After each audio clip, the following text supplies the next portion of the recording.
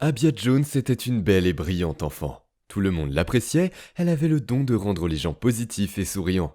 Elle était aussi une excellente élève et était très respectée par ses professeurs et ses camarades de classe. À ce jour, sa mort reste un mystère.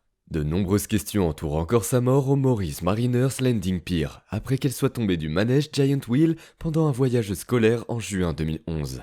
Beaucoup de choses sur sa mort n'ont pas de sens. Alors qu'elle n'était qu'une enfant, elle a été autorisée à monter seule dans le célèbre manège de la roue géante, bien que les nacelles du manège ne soient pas équipées de barres de sécurité, de cages ou de ceintures. Une personne qui pourrait simplement s'agenouiller ou se tenir trop près des portes ouvertes de la gondole du manège peut facilement perdre l'équilibre et tomber. Les gens ne sont même pas censés se tenir debout une fois que la roue commence à tourner.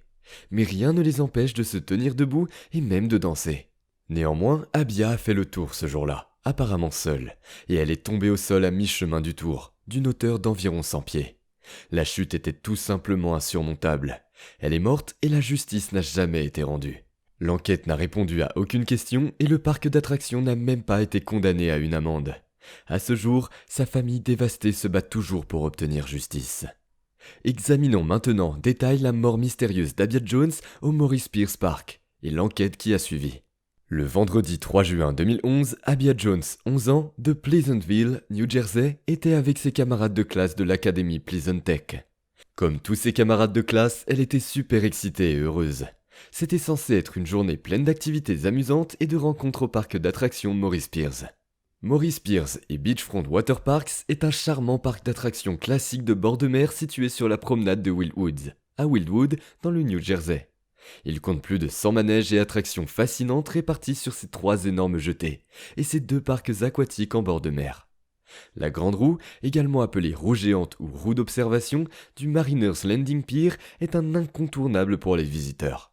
Car de son point le plus haut, à environ 156 pieds du sol, on peut voir les superbes zones côtières, le parc entier en détail et tout le reste à l'horizon. Certaines personnes emportent même de la nourriture et dînent dans les gondoles qui comprennent une table centrale. Pour une raison étrange et plutôt suspecte, Abia a décidé de faire le trajet seule, ce qui techniquement n'aurait pas dû être autorisé, surtout par des enfants de moins de 16 ans. Pourtant, quelques minutes avant 12h30, elle a été autorisée à monter sur le manège. Personne n'a vu si elle était seule ou non, personne n'a remarqué si elle allait bien ou non. Apparemment, les gondoles les plus proches d'elle étaient également vides, et donc personne ne l'a vue ni ce qu'elle faisait. L'opérateur du manège n'a rien vu ni observé d'anormal. Tout était normal jusqu'à ce qu'elle touche le sol. À 12h30 exactement, le manège était en marche, lorsqu'Abia est tombée de la nacelle de la grande roue et a heurté le sol de plein fouet. Elle est tombée au milieu de la zone de chargement des passagers du manège sur la promenade. Son corps était écrasé et sa grave blessure à la tête signifiait une chose. Elle n'avait aucune chance. De nombreux enfants, dont certains de ses camarades de classe, ont vu son corps fragile sur le sol alors que le sang commençait à couler près de sa tête. C'était une scène très tragique et horrible. Le parc était rempli d'écoliers de diverses écoles participant à une journée promotionnelle spéciale liée à l'école, intitulée Education Extravaganza. Certaines personnes se sont même précipitées sur les lieux pour voir ce qui se passait, et se sont rassemblées près de son corps en sang. Ils étaient terrifiés, mais ne pouvaient s'empêcher de la regarder s'éteindre lentement.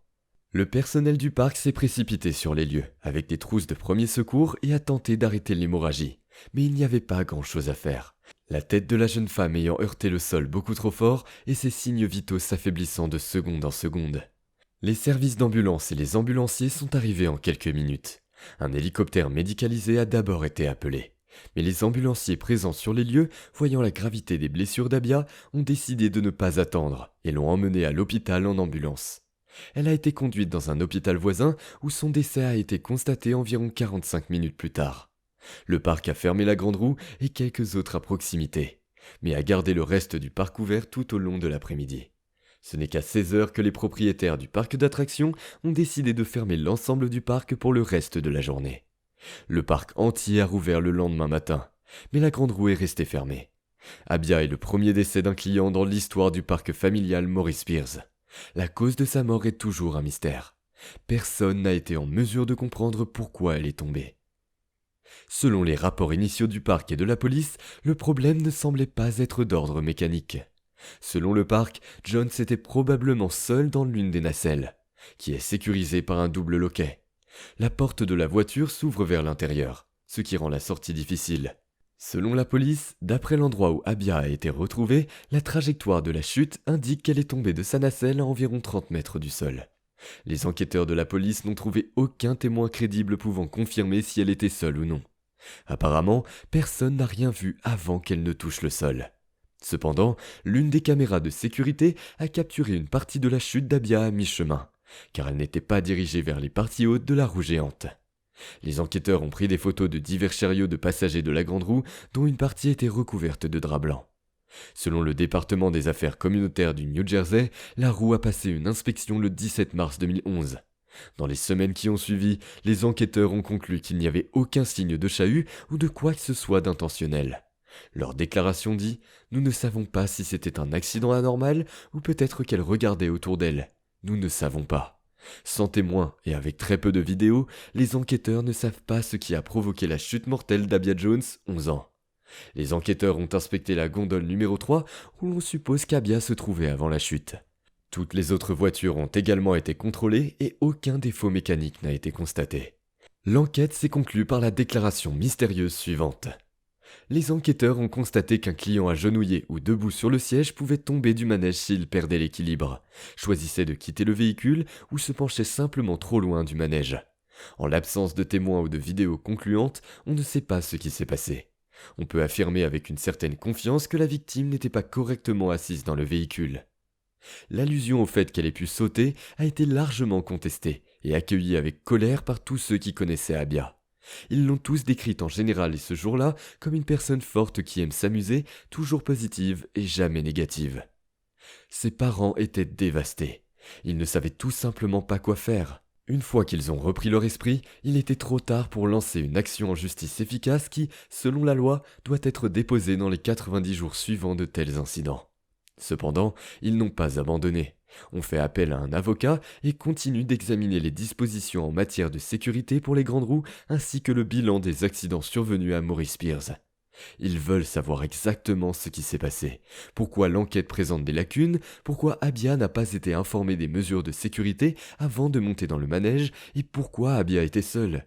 Ils demandent également des directives plus strictes, notamment l'obligation d'utiliser un harnais de sécurité ou un dispositif de retenue pour tous les manèges. Cependant, selon certaines sources, l'affaire a été portée devant la Cour suprême des États-Unis, et il faudra encore attendre un certain temps avant d'obtenir un jugement définitif. Maurice Spears et ou le fabricant de la grande roue pourraient éventuellement être jugés légalement responsables sur la base de la négligence. Les parents d'Abia Jones ne demandent pas de dommages et intérêts. Partout où nous avons regardé, nous avons trouvé quelque chose qui manquait à l'enquête. Il y a tout simplement quelque chose de mystérieux dans sa chute. Vous étiez là ce jour-là? Avez-vous vu quelque chose de suspect? Faites-le nous savoir dans la section des commentaires. Merci d'avoir regardé. Assurez-vous d'aimer, de partager, de vous abonner et d'appuyer sur le bouton de cloche pour être informé chaque fois que nous téléchargeons une nouvelle vidéo qui vous emmènera au cœur des scènes et des mystères de certains des incidents, accidents, catastrophes et événements paranormaux les plus terrifiants du monde entier.